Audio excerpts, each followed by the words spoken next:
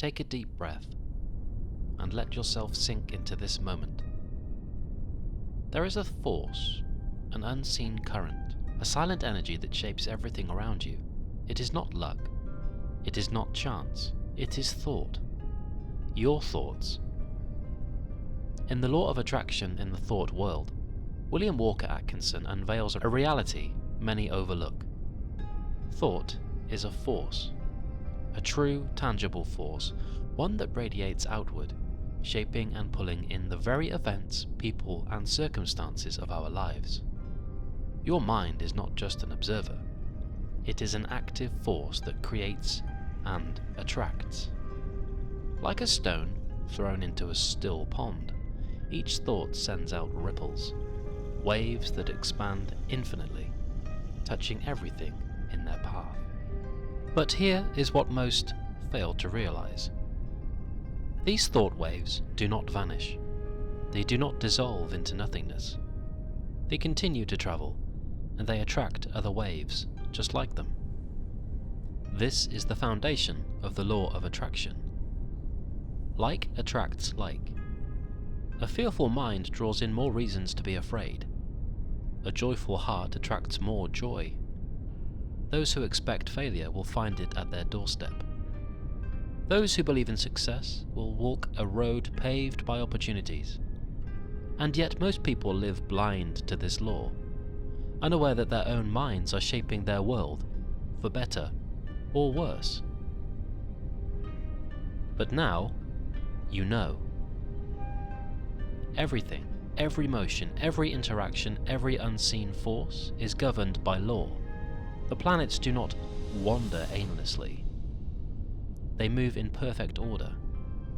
The tides do not rise and fall randomly, they follow a rhythm. The very structure of existence operates under precise laws.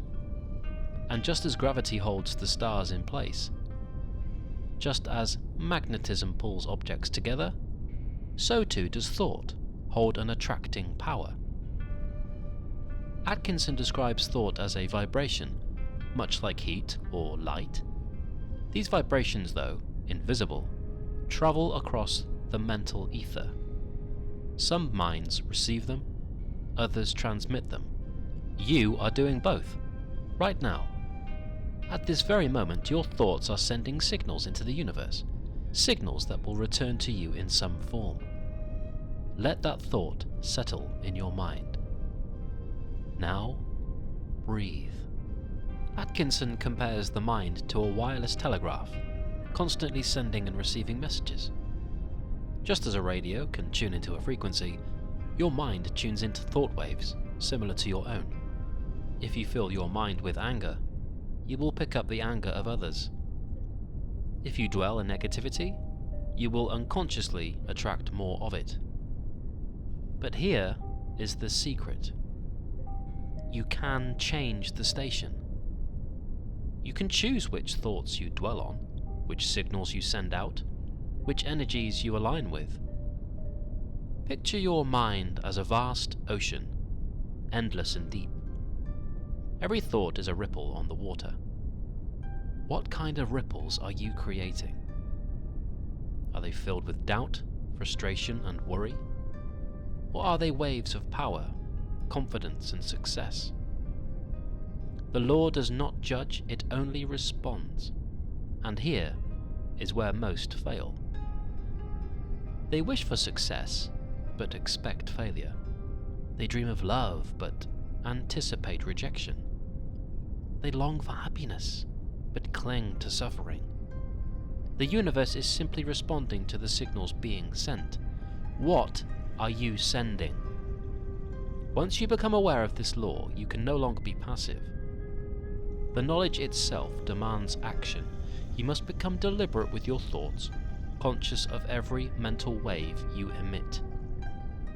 Atkinson states, "We are sending our thoughts of greater or less intensity all the time, and we are reaping the results of such thoughts."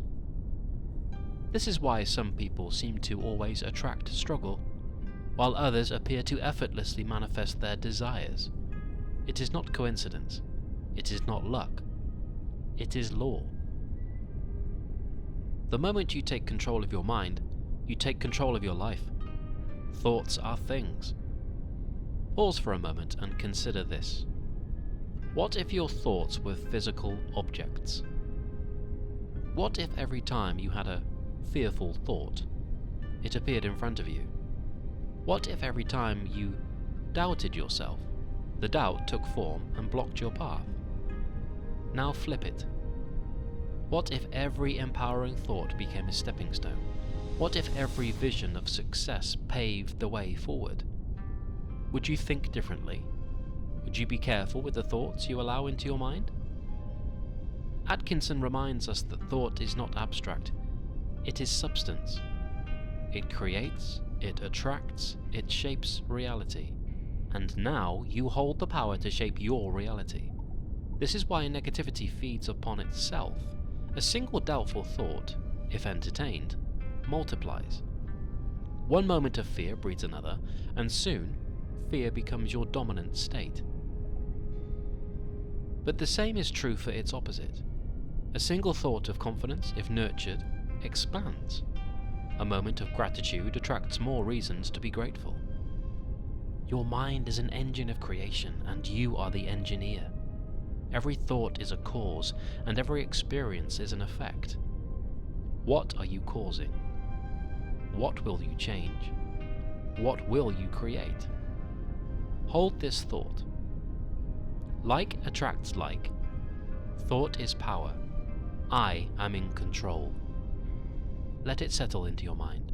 Let it shape the way you think, the way you feel, the way you move through life. Because from this moment forward, everything changes. A single thought does not exist in isolation. It moves, it travels, it expands beyond the mind that created it. Like ripples in a vast sea, thought waves radiate outward, influencing the minds of others, sometimes subtly, sometimes with immense force. Just as heat and light are real, though unseen, so too are the vibrations of thought. Invisible but powerful, they flow through the mental universe, touching everything in their path. Every thought we hold is a signal, a frequency we broadcast into the infinite. And as with any transmission, there is reception. Some thoughts travel far, reaching minds attuned to the same mental pitch.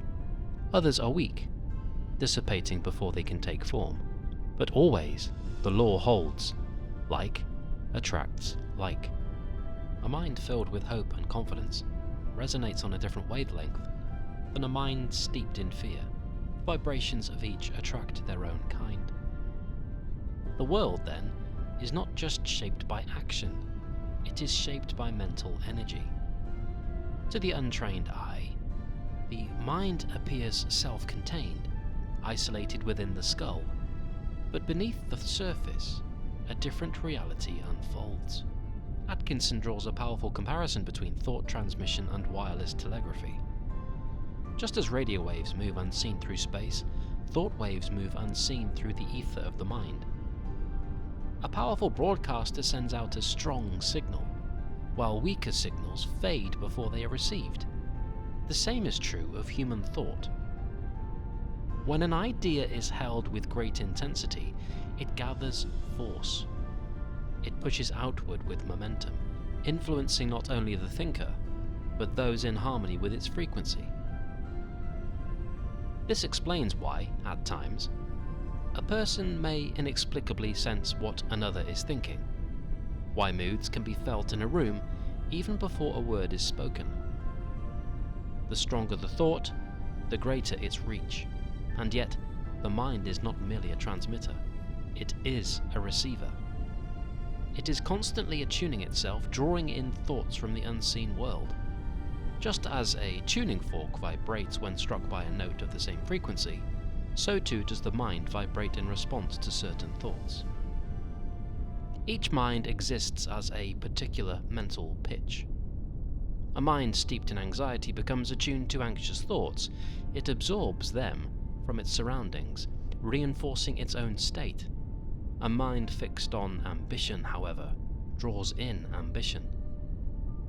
This is why success seems to follow certain people, while failure clings to others. It is not merely a matter of external circumstances, it is a matter of mental alignment. A person who holds thoughts of prosperity will unconsciously tune into opportunities, insights, and ideas that lead to success. They will attract minds vibrating at the same level, drawing in people and circumstances that match their inner state. The same is true in reverse. A mind that dwells on limitation will pull in more limitation. It will resonate with struggle, aligning itself with obstacles rather than solutions. And yet, the pitch can be changed. The mind is not fixed. Just as a musician can adjust the strings of an instrument, so too can one adjust the frequency of thought. Atkinson describes the interplay between positive and negative minds. Each person exists on a spectrum. Some are naturally dominant in thought energy. Their minds radiate forcefully, influencing those around them. Others are passive, absorbing thoughts from stronger minds without realizing it. This is why some people walk into a room and shift the entire atmosphere, while others seem to blend into the background, shaped by whatever energy surrounds them. A person who does not actively direct their thoughts will be directed by the thoughts of others. The key, then, is conscious control. To become mentally dominant, one must hold firm to the thoughts they wish to cultivate. They must refuse to be shaped by the mental currents of those operating on a lower vibration. Because once a mind becomes truly positive, once it establishes itself as a strong transmitter rather than a weak receiver, its influence is unmistakable. It begins to dictate rather than absorb. It begins to attract rather than repel. The mind left unchecked follows the path of least resistance. It drifts. Thoughts repeated often enough become habitual. They begin to form grooves in the subconscious, making it easier for the same patterns to emerge again and again. A mind trained in doubt and hesitation will continue to default to those states unless restrained. Atkinson emphasizes that the easiest way to eliminate negative thought is not to fight it, but to replace it. Just as darkness vanishes the moment light is introduced, so too do weak and passive thoughts dissolve when met with stronger, more powerful ones. Instead of resisting fear, one should cultivate courage. Instead of fighting despair, one should cultivate hope. Instead of suppressing doubt, one should nurture certainty. Thought, like a muscle, strengthens with use. The more a certain mental state is exercised, the stronger it becomes. And just as an unused muscle withers, so too do the thought patterns that are starved of attention. This is the first step in taking command of the mind. Deliberate, conscious cultivation. Thought waves shape the world. They move, reproduce, and influence all they touch. But where do they come from? What creates these mental currents? And why do certain thoughts seem to arise automatically, while others must be cultivated through force? To understand this, we must look deeper into the structure of the mind itself. Atkinson teaches that man has not one mind, but two, each operating on different levels, each playing a distinct role in shaping thought. And it is understanding this dual nature of the mind that we unlock the true secret of mental mastery. The mind moves in layers. On the surface, we experience thoughts, reactions, and decisions, like waves rising and falling on the ocean. But beneath those waves, a deeper current is at play, one that shapes everything we do, think, and become. Atkinson describes this as the duality of the mind, two forces working in parallel. One is deliberate, the other is automatic. One commands, the other obeys. And yet, Most are unaware of this division, unaware that much of their thinking is not truly their own, but a series of habits, impressions, and echoes absorbed from the world around them. A life on autopilot shaped by thoughts that were never consciously chosen. But for those who begin to observe their own minds, who step back and see these mechanics in motion, an awakening begins. A shift in awareness. And with that shift comes choice. Atkinson explains that the mind is not simply a tool, it is an entire system. The active mind, the seat of intention, will, and directed thought. The passive mind, the realm of absorbed patterns, habits, and conditioned responses. Most operate almost entirely from the passive mind. They think they are making choices, but in reality, they are merely following old scripts, repeating thoughts, behaviors, and emotions imprinted upon them long ago. A person who constantly doubts themselves may have never questioned where that doubt originated. A person who fears failure may not realize that fear was planted in them long before they had a say in the matter. A person who struggles to break free from negativity may not see that they have been mentally trained to accept it. The passive mind is like a deep reservoir, holding everything that has ever been impressed upon it. And unless one takes control, it continues to operate unchallenged, repeating the same patterns, attracting the same circumstances, creating the same reality over and over again. But the moment one intervenes, something changes. If the passive mind can be shaped, then it stands to reason that it can also be reshaped. The key, Atkinson says, lies in mental redirection. Instead of letting the mind absorb thoughts at random, one must become the deliberate sculptor, impressing new patterns, actively shaping the mind instead of being shaped by it. This is the power of the active mind. It is not enough to resist unwanted thoughts, one must replace them. It is not enough to recognize mental habits, one must reprogram them. Each time a person deliberately chooses a thought, they alter the fabric of their mind. And with enough repetition, the very structure of the mind begins to change.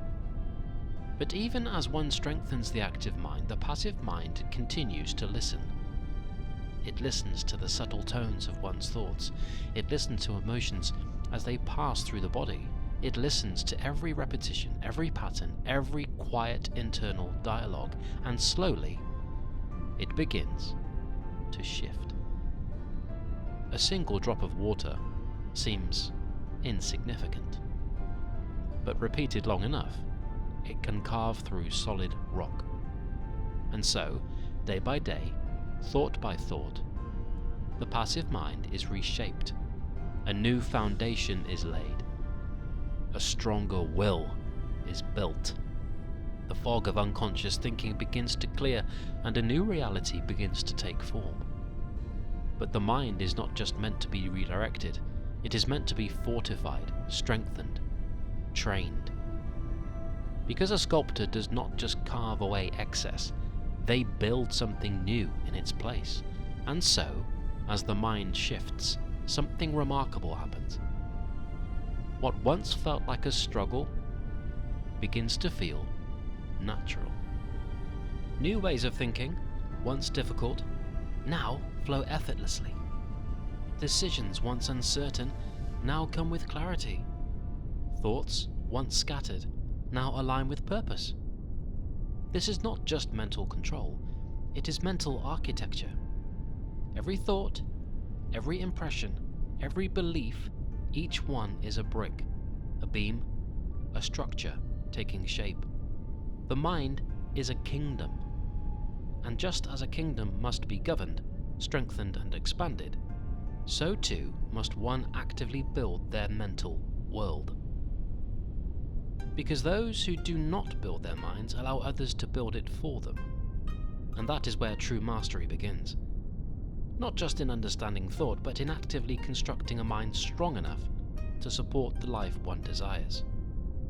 A structure that stands firm, a foundation that holds, a system that is no longer at the mercy of external influence, but moves with certainty, stability, and control.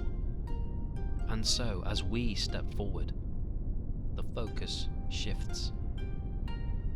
From understanding thought to actively building the mind itself. The mind is not fixed. It is not a rigid, immovable thing bound by the thoughts and habits of yesterday. It is a living structure, one that's constantly being shaped, strengthened or weakened, depending on how it is used. Atkinson reveals that whether we realize it or not, we are always building our minds. Every thought we entertain, every belief we reinforce, every habit we indulge, each one is laying bricks, forming walls, creating pathways in the mental architecture that defines our reality. Some build strong, stable structures, fortresses of discipline, clarity, and willpower. Others, unaware of this process, allow their minds to become fragile, disorganized, easily swayed by external forces. The difference? One group builds with intention, the other allows their mind to be built for them. And so, the question arises, what kind of mind are we building? At the center of all thought, all will, all action is the I, the real self. This I is the architect, the ruler, the governing force of the mind. It directs, it commands, it constructs. And yet, for most people, it has been dethroned. They have allowed the lower self, the part governed by impulse, fear, and external suggestion, to take control. They have let circumstance dictate thought, rather than thought dictate circumstance. But the moment one reclaims the throne, the moment I asserts itself, everything begins to change. Order is restored, control is regained, the kingdom of the mind falls into place. This is what Atkinson calls the first battle, the battle between the I and the lesser self. And it is a battle that determines whether the mind is built with strength or left to crumble under weakness. To build a strong mind, one must first clear away the debris, the old thought patterns that weaken, distort, and cloud judgment. Self-doubt, fear, indecision, mental laziness. Each of these acts as rot within the structure of the mind, and the only way to remove them is through deliberate mental action. Atkinson teaches that the reconstruction of the mind starts with two key elements. 1. Affirmation, the process of reinforcing the thoughts we want to dominate our thinking. And 2. Exercise, the act of living out those thoughts until they become habitual, second nature. In the same way that repeated movement strengthens the body, repeated thought strengthens the mind. A single powerful thought, impressed upon the mind enough times, will begin to overwrite years of mental conditioning. A weak mind becomes strong when strength is practiced. A mind filled with doubt becomes confident when confidence is practiced. A scattered, restless mind finds clarity when focus is practiced. The mind, like clay, is shaped by the hands that mold it, and with each repetition, the new structure begins to take form. At first, this process requires conscious effort. One must be watchful, noticing old habits, intercepting negative thoughts, deliberately choosing the right mental materials with which to build. But over time, something changes. What once felt unnatural becomes automatic. What once felt like a struggle becomes effortless. The new thoughts, once deliberately chosen, begin to flow naturally. The mind, once in disorder, begins to operate with clarity. This is the turning point. When thought no longer requires effort to be controlled, but instead aligns itself naturally with the reality one seeks to create. And yet, thought alone is not enough. It must be backed by something deeper, something more forceful, more unwavering. Because what happens when challenges arise? When emotions resist? When the old patterns claw their way back, demanding attention? It is here that the true test begins. It is here that the mind calls upon its greatest force. A force that separates those who merely wish from those who command. A force that determines whether change is temporary or permanent. A force that drives action, bends reality, and turns thoughts into tangible results. This force is will. Not the fleeting kind of willpower that sparks momentarily and fades at the first sight of resistance.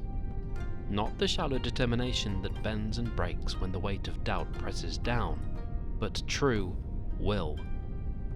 A force so strong that when properly harnessed, it turns mere thoughts into reality. And yet, so few tap into it. They wish, they hope, they desire, but they never command.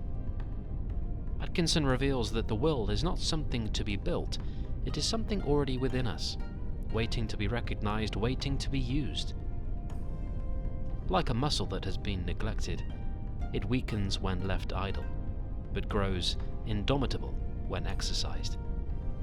And so the question is not whether we have will, the question is whether we will use it. Atkinson tells us that the reason most people fail to harness their will is not because they lack it, but because they have allowed their minds to become lazy. They drift through life, avoiding effort, seeking comfort, choosing the path of least resistance. When obstacles arise, they do not push through. When challenges appear, they retreat. And so the will, unused, untested, atrophies. They mistake their lack of effort for a lack of ability. They convince themselves that they are powerless. But this is an illusion. The will is always present, always available, but it must be awakened. And awakening it begins with a single realization. We have control over our minds, not the other way around. Just as the body grows stronger through discipline, so does the mind.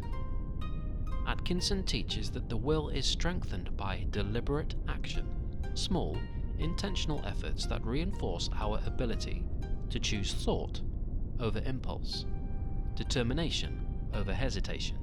It begins with simple things. Delaying gratification, choosing discipline over indulgence, resisting distraction, training the mind to focus, to remain steady, acting despite emotion, moving forward, whether one feels like it or not. Each small victory reinforces the next. Each exercise of the will builds upon itself, until finally the will becomes automatic, a force that no longer wavers, no longer hesitates, a force that acts. Most believe that the will is scarce, that only the strongest minds possess it, but Atkinson reveals the truth. Every mind has access to unlimited will. It is not that some have it and others do not. It is that some use it, while others let it lie dormant. The difference between those who succeed and those who fail is not talent, not intelligence, not luck. It is whether or not they activate their will, the ability to decide, the ability to act, the ability to persist.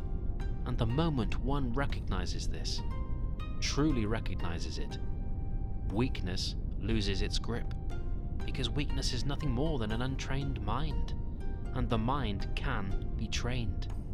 At first, using the will requires effort. Every action feels like a test of endurance. Every decision requires force, but then something changes. As the will is exercised, resistance fades, hesitation disappears, doubt dissolves, Decisions become instinctive. What once required force now flows effortlessly, and when this happens, the mind shifts. What once felt like an uphill battle becomes a natural state of being. No longer does the will need to be summoned, it is simply there, always present, always engaged.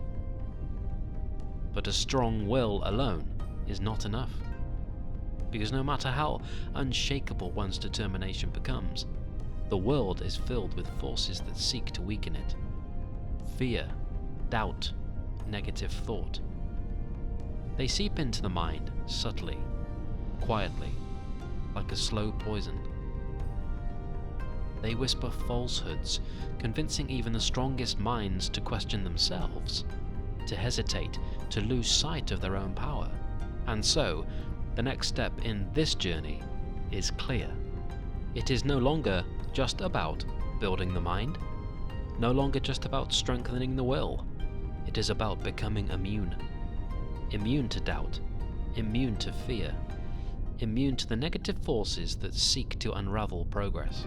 Because the will is only as strong as the mind that protects it. And those who master their thoughts, master their destiny. There is a weight many carry, a constant presence in the back of the mind, fear, worry, doubt. It creeps in through the cracks, settles into the bones, and lingers like a shadow at the edges of life. It does not shout, it whispers. A quiet voice that plants seeds of uncertainty, weaving itself into every decision, every hesitation, every anxious breath. But what if I told you you could be free? Not by fighting, no. Fear thrives on resistance. It feeds on the struggle, growing stronger the more you push against it. Instead, there is another way. A way to render it powerless, to let it slip through your fingers like mist, to make yourself immune to its influence. Atkinson understood this. He saw that fear is not real in the way we believe it to be. It is not a solid thing, not a force with true power. It is an idea, a pattern of thought that has been repeated so often. It feels like an undeniable truth. But thoughts can be changed. Fear is not an accident. It is not a mistake. It is a habit, one passed down from generation to generation, reinforced by the world around us. The mind is an instrument, and like any instrument, it plays what it has been taught to play. Most have been taught the melody of fear. They hum it without even realizing. What if this goes wrong? What if I fail? What if they don't like me? What if I'm not enough? These thoughts are not chosen. They are absorbed, inherited, learned. But what has been learned can be unlearned. Worry is the child of fear. It serves no purpose but to drain energy, drain clarity, drain life itself. It creates nothing, it only takes. And yet, so many clutch it tightly as if worrying prepares them, as if it protects them. But worrying about the future does not change the future, it only corrupts the present. Atkinson knew the antidote. The secret is not to fight these thoughts, not to deny them, but to replace them. To fill the mind with something so strong, so unwavering that fear simply cannot take root. There are people, perhaps you have met them, who seem untouched by worry. They do not fear what is to come. They do not crumble under pressure. They are steady, unshaken. Have you ever wondered why? It is not luck. It is not circumstance. It is mental immunity. Just as the body can build defenses against illness, so too can the mind build defenses against negative thought. The principle is simple. Where fear tightens, courage loosens. Where worry clutters, calm clears. Where doubt paralyzes, belief moves. To become immune to negative thought attraction, one must shift focus entirely. Fear cannot be conquered by force, but by diminishing its importance. You do not fight the darkness, you simply turn on the light. Imagine fear as a starving beast. It survives because it is fed with attention, fed with energy, with belief. But what happens when you stop feeding it? When you turn your gaze elsewhere? It weakens, it shrinks, it disappears. The key is detachment. The moment you see fear for what it is, just a thought, nothing more, you begin to strip it of its power. When you stop engaging with fear, stop feeding it with worry, it has nothing left to sustain itself. It withers. And in its place, strength. The mind as a magnet. Atkinson describes thought as a force of attraction. Every thought we hold acts like a magnet, drawing in experiences that match its frequency. If the mind is turned to fear, life will reflect fear back. If the mind is tuned to doubt, circumstances will arise to justify doubt. But if the mind is tuned to confidence, confidence will shape reality. If the mind is tuned to success, success will begin to unfold. Most people do not realize they have this power. They believe life happens to them, when in truth, life is simply responding to them. You become what you focus on. This is why some people seem to have bad luck, no matter what they do, while others seem to effortlessly attract opportunities, prosperity, peace. It is not luck. It is not chance. It is thought. Breaking the cycle. So, how does one apply this? How does one shift from a life ruled by fear to a life led by confidence? Atkinson offers a simple but powerful method. Whenever a thought of worry arises, do not resist it. Do not fight it. Instead, observe it. See it for what it is, a mere habit, a passing pattern of the mind. Do not react, do not engage, simply watch, and then replace it. Where before you thought, what if I fail? Now think, what if I succeed beyond my wildest dreams? Where before you thought, what if something goes wrong? Now think, what if everything falls perfectly into place? At first the mind will resist. It will want to return to its old habits, its familiar fears. But with repetition, the new thoughts will take root. The old fears will weaken. And one day, without even realizing, you will wake up and find that worry no longer has a hold on you, that fear has faded into the background, that you are, at last, free. And as this realization settles, as the mind adjusts to its newfound strength, another understanding begins to take shape. One that leads seamlessly, inevitably into the next truth. For if fear has been an illusion all along, what else might be? What other hidden forces might be shaping reality? And how much more power might the mind truly hold? A question begins to form, slow and steady, rising from the depths of the subconscious. What if we are capable of far more than we have ever believed? The mind is like a river, carrying streams of thought in constant motion.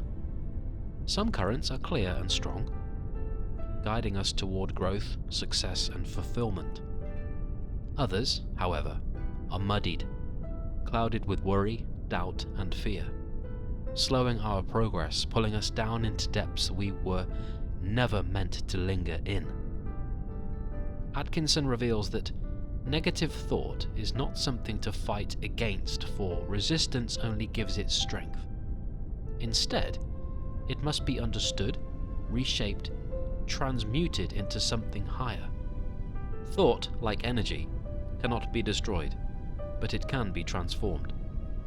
Worry is a habit, a pattern of mind that repeats itself, growing stronger with each indulgence. Fear is the same. These emotions masquerade as useful, as if they prepare us for the worst, but in truth they do nothing but hold us back. Consider this. Every moment spent in worry is a moment lost, energy wasted that could have been directed toward building, creating, expanding. The mind does not stand still, it is always moving in one direction or another. The question is, which way are we steering it? The answer lies in transmutation, not suppression, not denial, but a quiet redirection, like guiding a wayward current back into the flow of something greater. Atkinson speaks of mental states as living forces, each with its own power and momentum. If a negative thought arises, it is not enough to merely push it away. One must replace it, redirect the energy into something constructive. Instead of dwelling on a problem, focus on its solution. Instead of being consumed by fear, channel that energy into preparation, into action, into mastery. Instead of letting doubt fester, use it as a trigger to seek knowledge, to gain clarity. This is not wishful thinking, it is mental training. It is the art of taking command of one's inner world. And as one learns to transmute thought in this way, something profound begins to happen. A new mental pattern forms. The mind no longer drifts aimlessly, but begins to move with intention, guided by a force far stronger than doubt or hesitation. The energy once wasted on fear is now harnessed for growth. The power once held by worry is now directed towards certainty. One begins to see the mind for what it truly is, a tool, a force, a limitless wellspring of creation. But mastery does not stop here. Because as thought is transmuted, as the mind is freed from the chains of doubt, something deeper awakens, something that has been waiting all along to be realized. A force that has shaped the greatest men and women throughout history. A force that has carved empires, built civilizations, and brought forth the most powerful ideas the world has ever known. A force hidden in plain sight, within each of us, waiting to be claimed. Atkinson calls it will. There exists a silent battle within, one that shapes the course of our lives more than any external force ever could. It is the battle of thought, of focus, of mastery over the mind. Most people drift, carried by whatever current of thought happens to be strongest in the moment. They wake up, already consumed by yesterday's worries, lost in distractions, reacting rather than directing. Their minds are not theirs. They are controlled by habit, by external influences, by old patterns running on repeat. But Atkinson reveals a higher way, a path walked by those who have understood one of the greatest secrets of life. The mind is either a servant or a master. Those who fail to control it are controlled by it. Those who command it, however, bend reality itself to their will. This is the law of mental control. The ability to steer thought, to direct attention with precision, to hold focus on what truly matters, rather than being pulled in 1,000 different directions. It is the secret behind every great mind, every extraordinary achievement, every individual who has ever risen above the ordinary. The truth is simple, yet profound. What we give attention to grows. The more we dwell on a thought, the more power we give it, whether it is a thought of fear or a thought of strength. Whether it's an image of failure or an image of success, the mind magnifies whatever it is fed. If one does not deliberately choose their thoughts, They become a victim of whatever thoughts choose them. Training the mind like an instrument. Atkinson likens the mind to a finely tuned instrument. A well-trained mind responds immediately, effortlessly, to the direction of its master. A poorly trained mind, however, is like an untuned piano, chaotic and predictable, producing nothing but dissonance. The first step to mastery is awareness, noticing how often the mind drifts, how often thoughts arise unbidden, how often attention is stolen by worries, doubts, and distractions. The next step is concentration, developing the ability to hold attention, to lock onto a single idea or task without being pulled away. Imagine focusing on a single point, an idea, a goal, so completely that nothing else exists. Imagine the power this would bring, the clarity, the strength. This is what Atkinson describes, the ability to direct thought with unwavering precision. This is the secret of the great thinkers, the great inventors, the leaders, the artists. Their minds do not wander. They pierce through distraction like a beam of light, cutting through darkness. One of the greatest exercises in mental control is the ability to slow the mind down, to be still, to turn off the endless noise of thought, if only for a moment, and regain true control. Most people are never alone with their own mind. The moment silence comes, they reach for distraction. The mind is never trained, never disciplined. It is constantly entertained, but never mastered. Atkinson warns of this tendency, urging instead the practice of intentional silence. The ability to sit with thought, to observe it, to consciously decide what enters and what is dismissed. Through this practice, the mind begins to obey, it begins to listen, it begins to work for its master rather than against him. And as control is gained, something incredible happens. Thought itself becomes a force. No longer scattered, no longer weak, no longer lost in endless motion. Instead, it is concentrated, powerful, a tool capable of shaping anything it is directed toward. And so, the question is asked, what would happen if this power was fully harnessed? If thought was truly mastered? If, instead of being controlled by fleeting emotions and distractions, the mind became a disciplined, unstoppable force? For those who understand this law, the answer is clear. Because once control is gained, once thought is sharpened, focused, unleashed, there is nothing that cannot be achieved. Nothing. There is a great and silent energy that moves through all things, a force that gives rise to motion, to thought, to the pulse of life itself. Some call it vitality, others call it the will to live, but Atkinson calls it what it truly is: the life force. It flows through us, yet many have let it wither, suppressed beneath doubt, worry, and the weight of routine.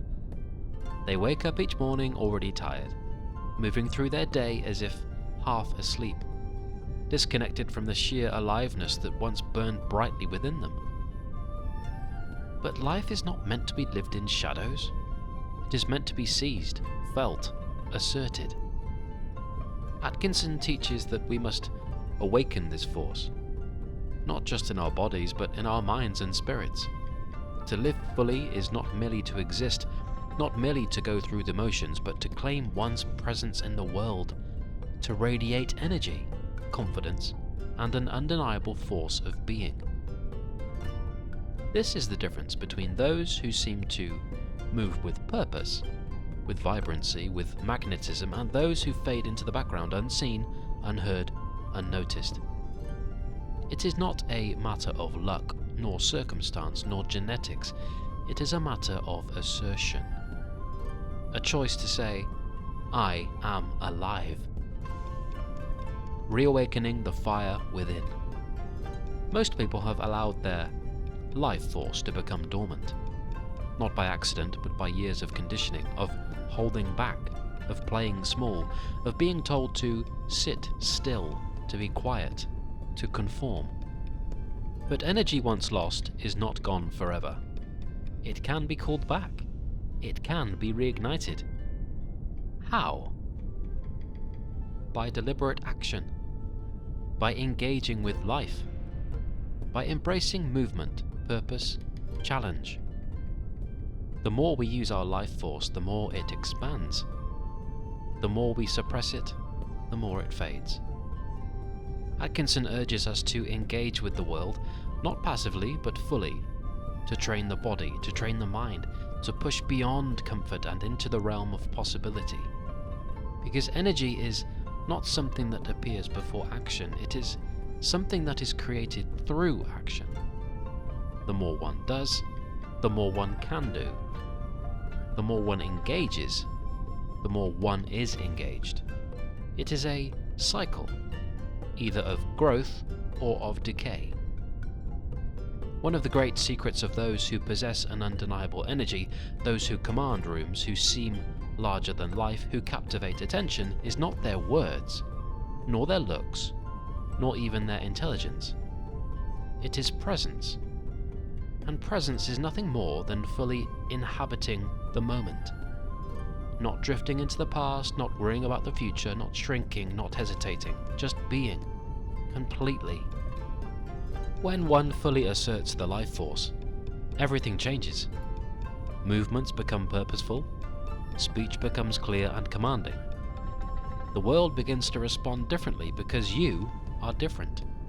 And in this state, nothing is done halfway. Each task is done with focus. Each conversation is met with full attention. Each moment is lived. This is what it means to truly exist, not merely as a spectator, but as a force. Energy never disappears, it simply changes form. And so the question is, where is yours going? Is it being wasted on doubt, on fear, on mindless distraction, or is it being channeled, directed with purpose, used to expand, to create, to grow? Every thought, every action, every choice is a transfer of energy. To assert the life force is to reclaim that energy, to direct it instead of being drained by it. And as this realization takes hold, as the body begins to move with more vitality, as the mind sharpens and the spirit lifts, something remarkable happens. The world begins to reflect back this newfound power. Because the world, at all times, mirrors back the energy we give to it. And so, as we move forward, fully awake, fully engaged, fully alive, we find that life itself begins to open in ways we never imagined. The barriers that once seemed immovable begin to shift. The exhaustion that once clung to us begins to fade. The opportunities we once longed for begin to emerge, not because the world has changed, but because we have. And with this, we continue forward, deeper into the realms of mental mastery, as the path now leads us to the mind's greatest ally and its most dangerous enemy, habit. The mind is like water, shapeless, formless, always moving. But given the right conditions, it can carve out deep channels, forming pathways that become effortless, automatic. These pathways, these patterns of thought and action, are what Atkinson calls habits of the mind. Some habits serve us well, propelling us toward growth, success and mastery. Others, however, act as silent saboteurs, trapping us in cycles of fear, procrastination and stagnation. Yet few recognize the truth that Atkinson lays bare. Habits are not fate. They are not unchangeable. They are merely grooves in the mind, worn in by repetition, strengthened by use, and just as they were formed, they can be reshaped, redirected, and mastered. The secret? Training the habit mind. The silent force that shapes our lives. Most people move through life unaware that their daily actions, thoughts, and reactions are not made of conscious decisions, but of automatic responses, preset behaviors conditioned over time. A man who wakes up and immediately reaches for his phone is not choosing to do so. He is merely following a habit. A woman who always assumes the worst in a situation is not deciding to be negative. Her mind has simply been conditioned to react that way. These patterns are not inherent, they are built. And what is built can be rebuilt. Atkinson teaches that to change one's habits is to change one's destiny. To move from struggle to ease, from doubt to certainty, from passivity to power. But to do so, one must take control, not just of actions, but of the automatic responses that dictate them. The first step, conscious creation. The first most vital step in training the habit mind is simple: awareness. To truly understand oneself, one must observe, watch the patterns, the impulses, the repeated behaviors that shape each day. What thoughts arise automatically? What actions follow without question? And then the crucial shift, choosing differently.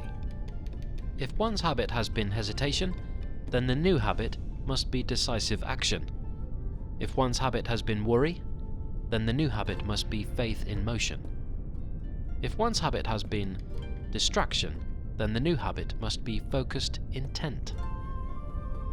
At first, this feels unnatural. The old pathways resist change.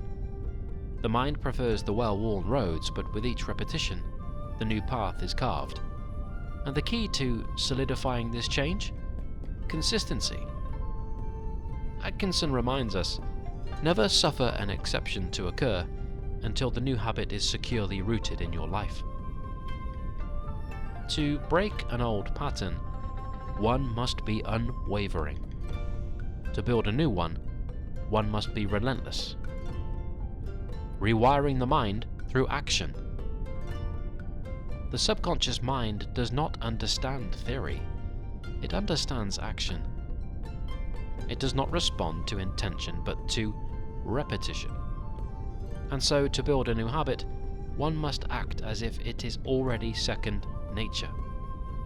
A hesitant man must move boldly, even if his hands tremble.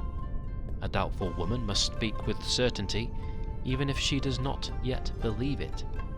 A procrastinator must take immediate action, even if the impulse to delay still lingers. The mind learns through doing. The body obeys what is practiced, and soon, what once felt forced becomes natural. What once required effort becomes effortless. The habit is no longer something one does, it is who one is.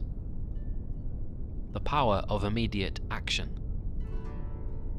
Atkinson stresses the power of instant application. The moment a new idea or impulse for change arises, it must be acted upon immediately. For every moment spent in hesitation, the old habit grows stronger. For every excuse made, the subconscious mind reinforces its resistance. The best time to begin? Now. Each action, no matter how small, builds momentum, and with enough momentum, nothing remains unchanged. Habits are formed not only by action, but by identity. To ensure a new habit takes root, one must not only act differently, but see themselves differently. If one wishes to be disciplined, they must declare, "I am disciplined." If one wishes to be confident, they must affirm, "I trust myself." If one wishes to be decisive, they must believe, "I act without hesitation." These words, repeated with conviction, reshape the very structure of the mind. For when one knows they are something, the action becomes inevitable. And as the old pathways fade and the new ones strengthen, something profound happens. One no longer needs to force change, they are the change, and so we move forward. No longer shackled by old habits, but sculpting new ones, directing them with precision. For the mind, once mastered, becomes a tool of limitless creation, a force that, when properly trained, bends reality itself to one's will. And as we continue deeper into these teachings, the path now leads us beyond habit, beyond action, and into the deepest realms of emotion, the hidden force that shapes all thought. There is a force within each of us, unseen yet powerful. It moves like a current beneath the surface of the mind, shaping our thoughts, colouring our perceptions, dictating our reactions. This force is emotion, a tide that carries us forward or pulls us under. Atkinson speaks of emotion not as something fixed, something beyond control, but as a habit of the mind, a pattern, trained through repetition, reinforced through experience. To master one's emotions is to master the mind itself, but few realize they even have this power. Most drift on the waves of feeling, ruled by moods, carried by impulses, believing that emotions simply happen to them. Yet Atkinson reveals the truth. Emotion is a tool, not a tyrant. It can be reshaped, redirected, transformed. And those who learn this skill find within themselves a hidden mastery, one that places them in command of their thoughts, their actions, their very destiny. Like a path through a dense forest, emotions grow stronger with use. Each time one gives in to anger, the road to anger becomes clearer, easier to travel. Each time one indulges in worry, the mind learns to default to it. Each time one falls into sadness, the habit of sorrow deepens. And yet, just as these emotional roads were built, they can be unbuilt. For every emotion is merely a thought made powerful through feeling. And thoughts, Atkinson reminds us, are fluid. They can be directed, shifted, and moulded. A person who has lived their entire life reacting with fear can just as easily train their mind to respond with courage. A person who has fallen into bitterness can just as easily teach their heart to feel gratitude instead. It's not the feeling itself that's permanent, but the repetition of it. Break the repetition. Introduce a new habit, and a new emotional reality takes its place. Most believe the way to rid themselves of a negative emotion is to fight against it, but Atkinson warns, resistance strengthens that which we oppose. Instead of struggling against fear, one must cultivate confidence. Instead of battling anger, one must nurture calmness. Instead of rejecting sadness, one must welcome joy. The mind cannot hold two opposing emotions at once. A single candle in a dark room is enough to cast out shadows. In the same way, a single powerful positive emotion fully embraced will overpower its negative counterpart. It is not about not feeling fear, it is about feeling something stronger. By practicing the emotion we wish to cultivate, by reinforcing it through thought and action, we train the mind to default to it. And soon, the emotions that once ruled us begin to fade, losing their grip, dissolving like mist beneath the morning sun. Emotions do not exist in isolation. They ripple outward, shaping reality itself. A person consumed by jealousy begins to see the world through suspicion. A person ruled by doubt attracts obstacles they never needed to face. A person who expects failure meets failure at every turn. But the reverse is also true. Those who cultivate joy attract joy. Those who move with confidence open doors that others never see. Those who walk in calm assurance find that life bends in their favour.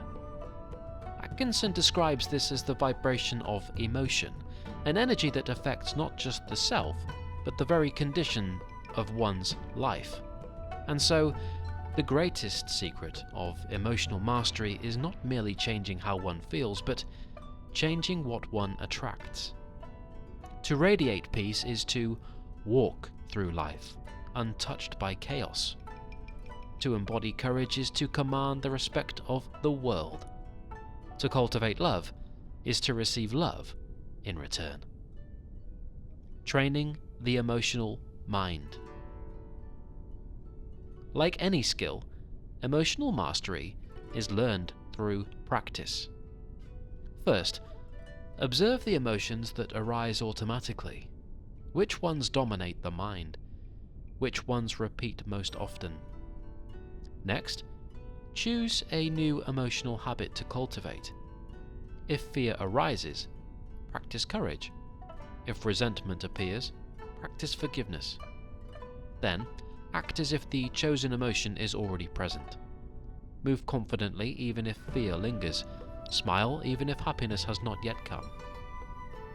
Finally, repeat. Over time, the old emotions will weaken and the new ones will strengthen. Every emotion we feel is a choice, reinforced by repetition. And the one who understands this is no longer at the mercy of their moods. They become something greater, something stronger, something unshakable. And so, as we continue on this path, the lesson deepens. We have learned to master thoughts, to command habits, to shape emotion itself, but now, the journey takes us further still, into the very structure of the mind, into the physical foundation of thought itself. For if emotions can be trained, if habits can be rewritten, then surely the mind itself can be rebuilt from the ground up. The mind is not fixed. It is not rigid, not carved in stone, not bound by the limits of yesterday. It is alive, shifting, growing, always becoming. Atkinson understood this truth long before modern science confirmed it. He spoke of the mind as something moldable, something that could be shaped with intention, something far more powerful than most people ever realize. And at the core of his teachings was the revelation: the mind can be rebuilt. Not just habits, not just emotions, not just thoughts, but the very structure of the brain itself can be altered, reformed, expanded. New pathways can be created, new tendencies can be developed, old limitations can be erased, and new powers can be awakened. The person you were yesterday does not have to be the person you are today. And the person you are today does not have to be the person you become tomorrow. For within you lies the ability to change, not in a small way, but in the most profound way imaginable. Every thought we think leaves an imprint, like footprints in wet sand. Each repetition strengthens the path, making it easier to return to, harder to avoid. And so, those who have walked the same mental roads for years, roads of doubt, of fear, of limitation, find themselves trapped in patterns they never consciously chose. But just as these roads were created, they can be abandoned. New roads can be forged, new pathways built, new possibilities carved into existence. Each time we think a new thought, we ignite new connections in the brain. Each time we repeat that thought, the connection strengthens. And each time we act upon that thought, it cements itself into our mental structure. This is not philosophy. This is neuroscience. Atkinson, without the modern language to describe it, was speaking of neuroplasticity, the brain's ability to rewire itself in response to thought and experience. To change your thinking is to physically change your brain. To think in new ways is to become a new person. And so, those who master this process, those who take conscious control of the mind's evolution, are not bound by the past. they are limitless. Replacing the old with the new. If the brain is a garden, most people are growing weeds. They do not plant intentionally, they do not cultivate with care, they do not uproot the thoughts that strangle their potential. And so, their minds become overgrown, wild with doubt, choked with fear, entangled in limitation. But Atkinson teaches another way. He teaches that one must pull the weeds and plant new seeds. He teaches that every negative habit of mind, every doubt, every worry, every limitation, can be replaced by its opposite. If the mind has been trained in scarcity, it can be trained in abundance. If the mind has been wired for fear, it can be wired for courage. If the mind has been conditioned for failure, it can be conditioned for success. The process is simple, step by step, thought by thought, repetition by repetition, until what was once foreign becomes familiar, until what was once difficult becomes effortless, until what was once impossible becomes reality. And in time, the old ways fade, the weeds wither, the garden blooms, and a new mind emerges. Atkinson warns against direct resistance. To fight against a negative thought is to give it power. To battle against fear is to make it stronger. To struggle against doubt is to reinforce its grip. Instead, the mind must be redirected. Not by resisting the unwanted, but by embracing the desired. Instead of fighting against anger, cultivate patience. Instead of battling insecurity, cultivate confidence. Instead of trying to stop negative thoughts, fill the mind so completely with positive ones that negativity has no room to exist. This is the secret. This is how the mind is reprogrammed. This is how brain cells are trained. This is how the self is transformed. Not through struggle, not through force, but through substitution, through the deliberate choosing of something better. Becoming the architect of your mind. Most people let life shape their minds for them. They absorb the beliefs of their environment, they inherit the limitations of those around them. They accept without question the patterns given to them, and so they live their lives reactively, never realizing they had the power to choose otherwise. But those who understand this law, those who recognize that the mind is fluid, malleable, moldable, do not live as mere products of their past. They become architects of their own minds. They design new beliefs, they construct new patterns, they wire their brains for the reality they desire. And as they do, the external world begins to shift. For just as thought influences emotion, the emotion influences action. So too does action influence destiny. Atkinson's final lesson is the most powerful of all. You are not bound by your past. You are not limited by who you have been. You are not a prisoner to your current mind. You are something greater, something capable of change, something capable of growth, something capable of unlimited transformation. The world does not shape you. You shape the world. And that power, the power to remake yourself, the power to rewire your mind, the power to create a new reality, has been within you all along. Desire is not a fleeting wish, nor a vague longing. It is a force, an energy that pulls towards us that which we most deeply yearn for.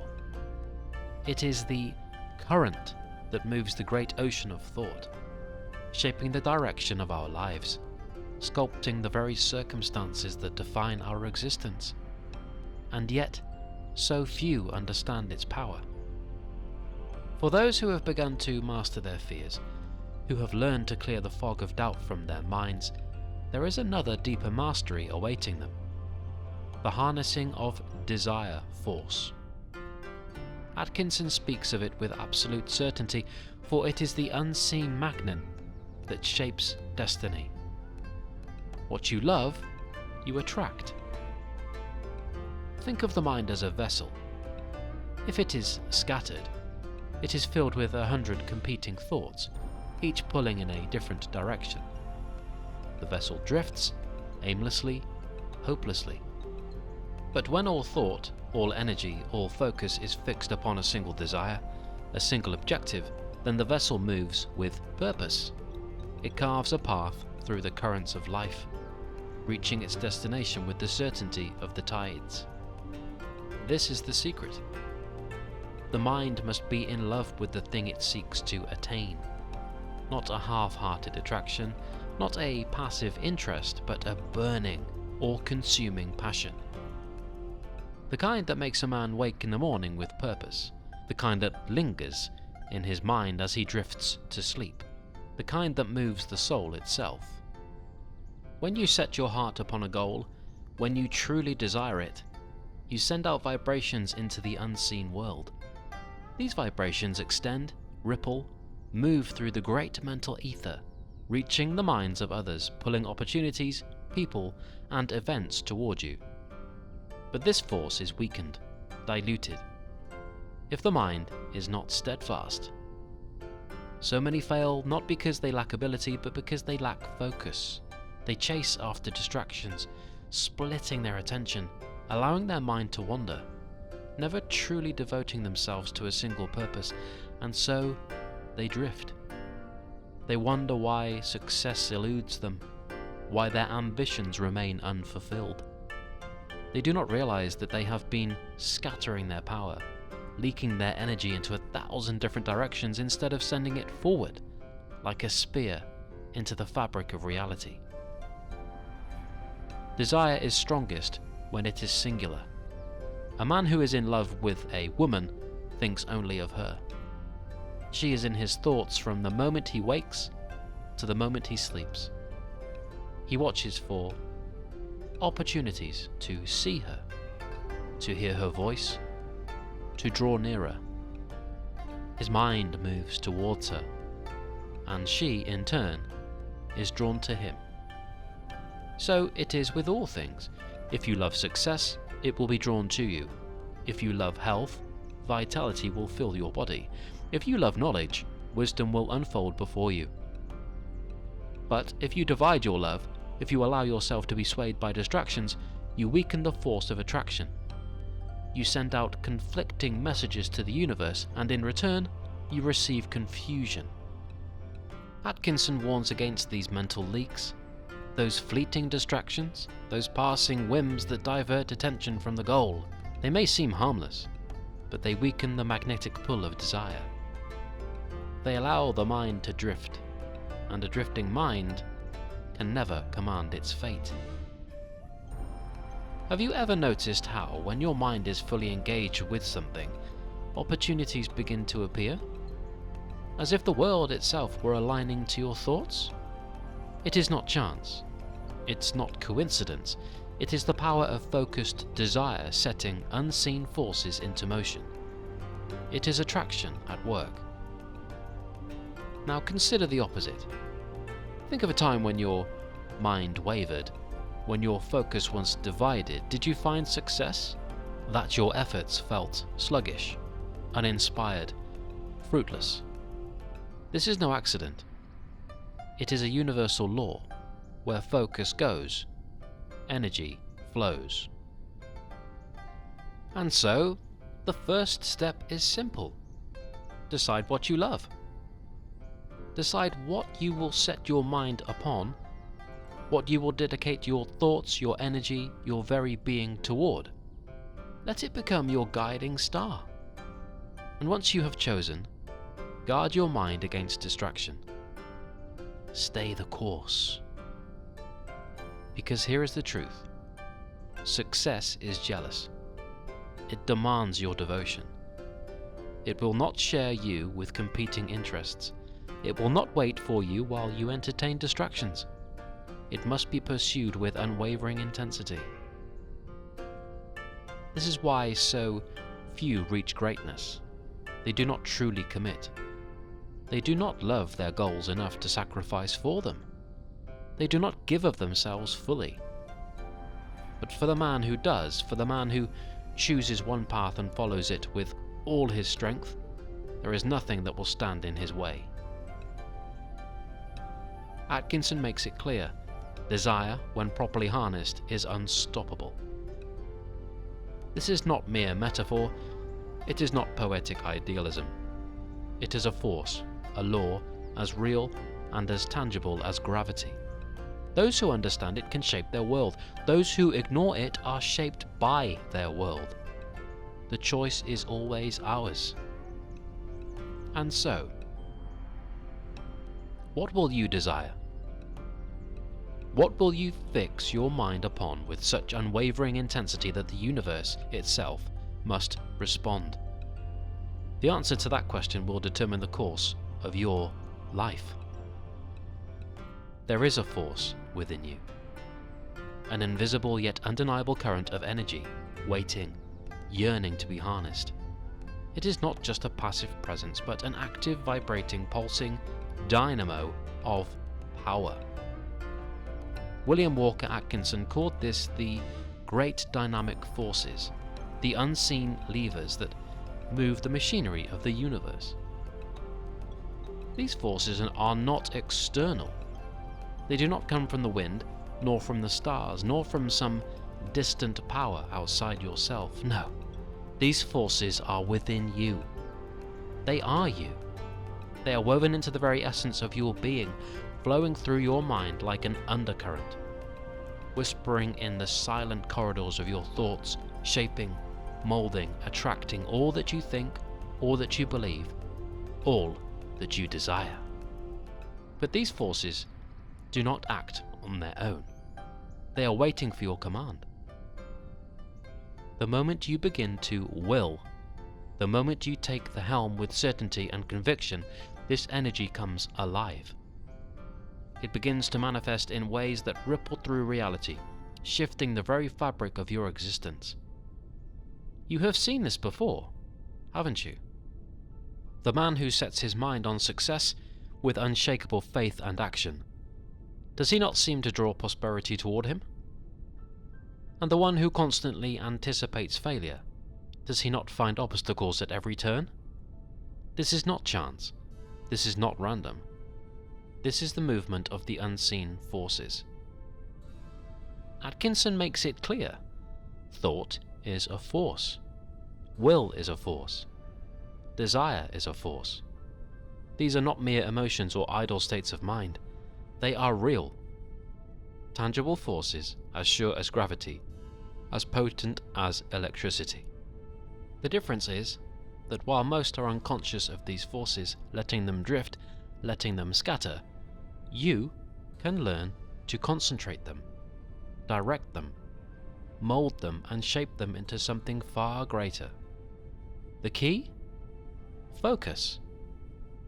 A scattered mind wields no power. A mind that hops from one desire to another, that flits between doubt and hope, between action and hesitation, such a mind is like a weak flame, easily extinguished. But the mind that is steady, the mind that chooses one clear direction and burns for it with the intensity of the sun, this is the mind that moves mountains. The universe has always bent to the mind that knows what it wants. But to activate these forces, one must move beyond idle wishing. One must go beyond the weak and feeble hope that perhaps something will happen. That is not how these forces operate. They respond to intensity. They respond to unwavering certainty. They respond to the mind that refuses to waver. If you would see these forces work in your favor, then you must learn the art of sustained concentration. This is the practice of holding a single thought, a single desire so vividly, so powerfully, that it gathers momentum. This is how you take the invisible and make it visible. This is how the forces within you take shape in the world around you. And the best way to develop this? The simplest way to start? Fix your mind upon what you truly desire. Strip away all distractions. Remove all doubt. Hold the thought daily, not just as a passing wish, but as an expectation, a certainty. See it, feel it, will it. When the great minds of history set forth to achieve something, they did not leave space for hesitation. They did not wake up each morning wondering if they could do it. They had already decided, already chosen, and so reality itself had no choice but to bend in response. Can you see now? The force has always been there. It has always been within you. All it asks is that you claim it. All it asks is that you direct it. All it asks is that you decide. And as this realization settles into you, as you begin to feel the power of sustained thought, of focused intent, something else begins to emerge. A quiet, steady understanding of a deeper force, one even greater than thought alone. For thought is powerful, yes, but there is something that lies beyond it, something deeper, something stronger, something even more fundamental. Desire is not enough. Thought is not enough. Even willpower alone is not enough. There is another force. One that bridges the unseen to the seen.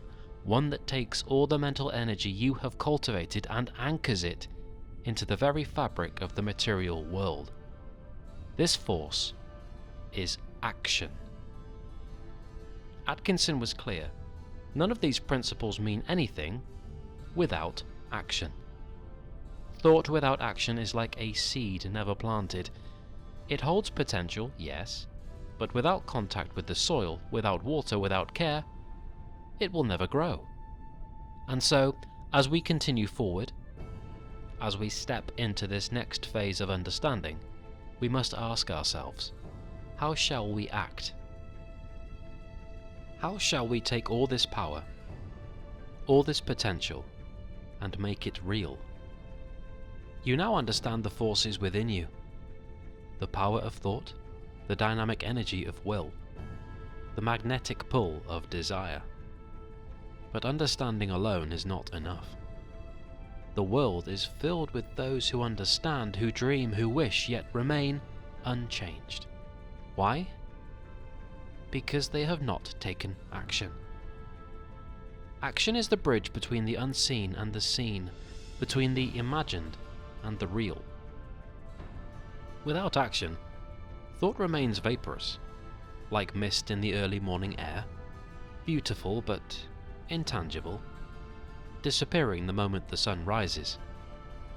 Action solidifies thought. It takes the electric energy of your mind and conducts it into the material world.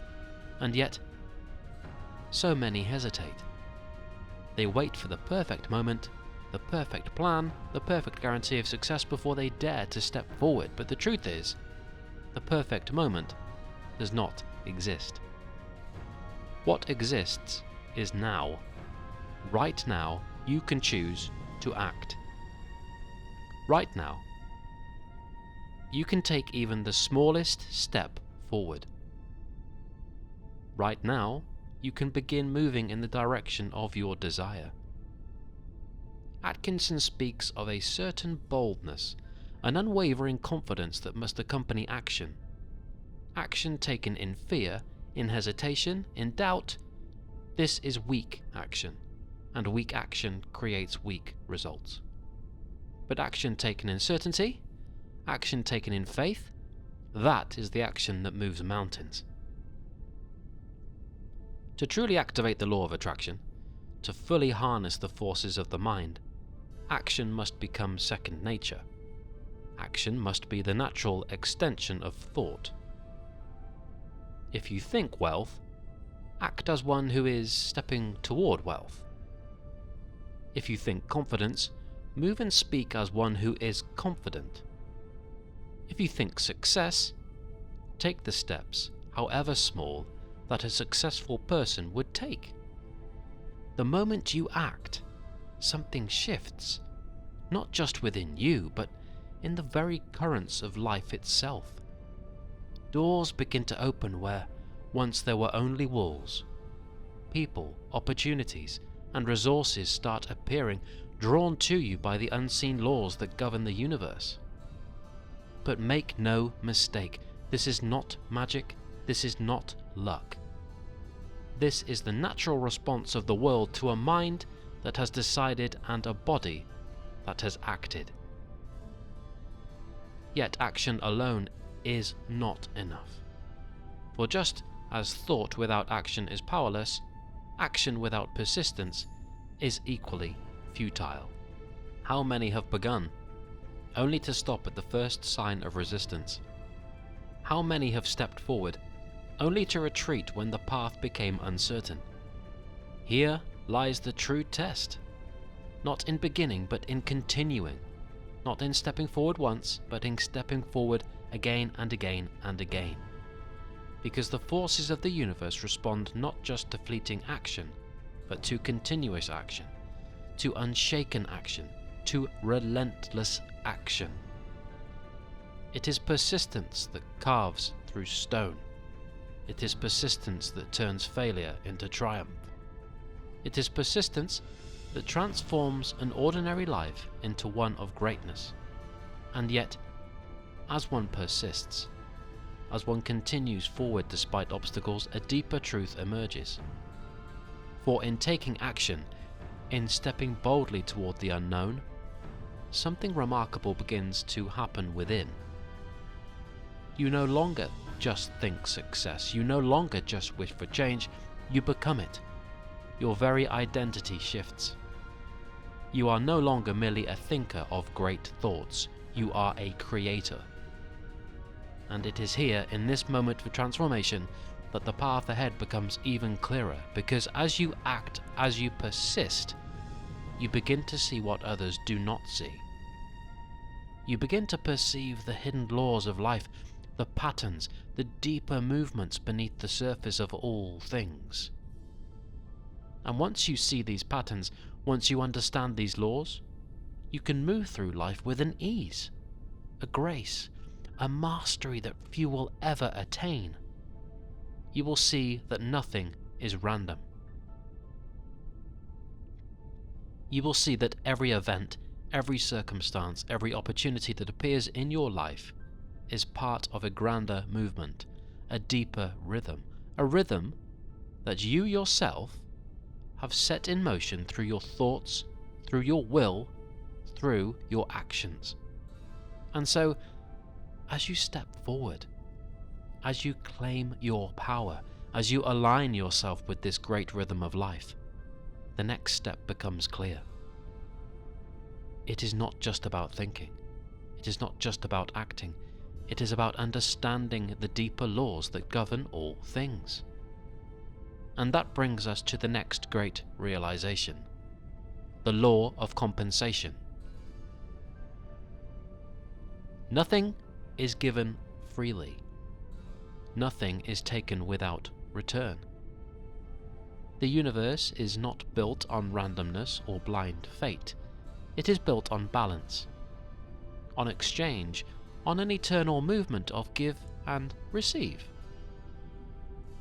Atkinson explains that all things, whether wealth, health, success, love, are subject to this great law. You cannot receive without giving, you cannot reap without first sowing. This is the law of compensation. For every action, there is a return. For every effort, a result. This law governs everything, from the smallest movement to the grandest achievement. It is as certain as gravity, as unwavering as time itself. If you wish to receive, you must give. If you wish to rise, you must lift others. If you wish to prosper, you must create value. This law does not concern itself with chance or luck. It concerns itself with cause and effect. Those who seem lucky are not truly lucky. They are simply those who have sown the right seeds, who have aligned themselves with this law whether they knew it or not. And those who struggle, those who feel as though they are always lacking, are not cursed or forsaken. They are simply out of balance with this law, expecting reward without effort, harvest without planting. But here is the secret. You can always shift this balance.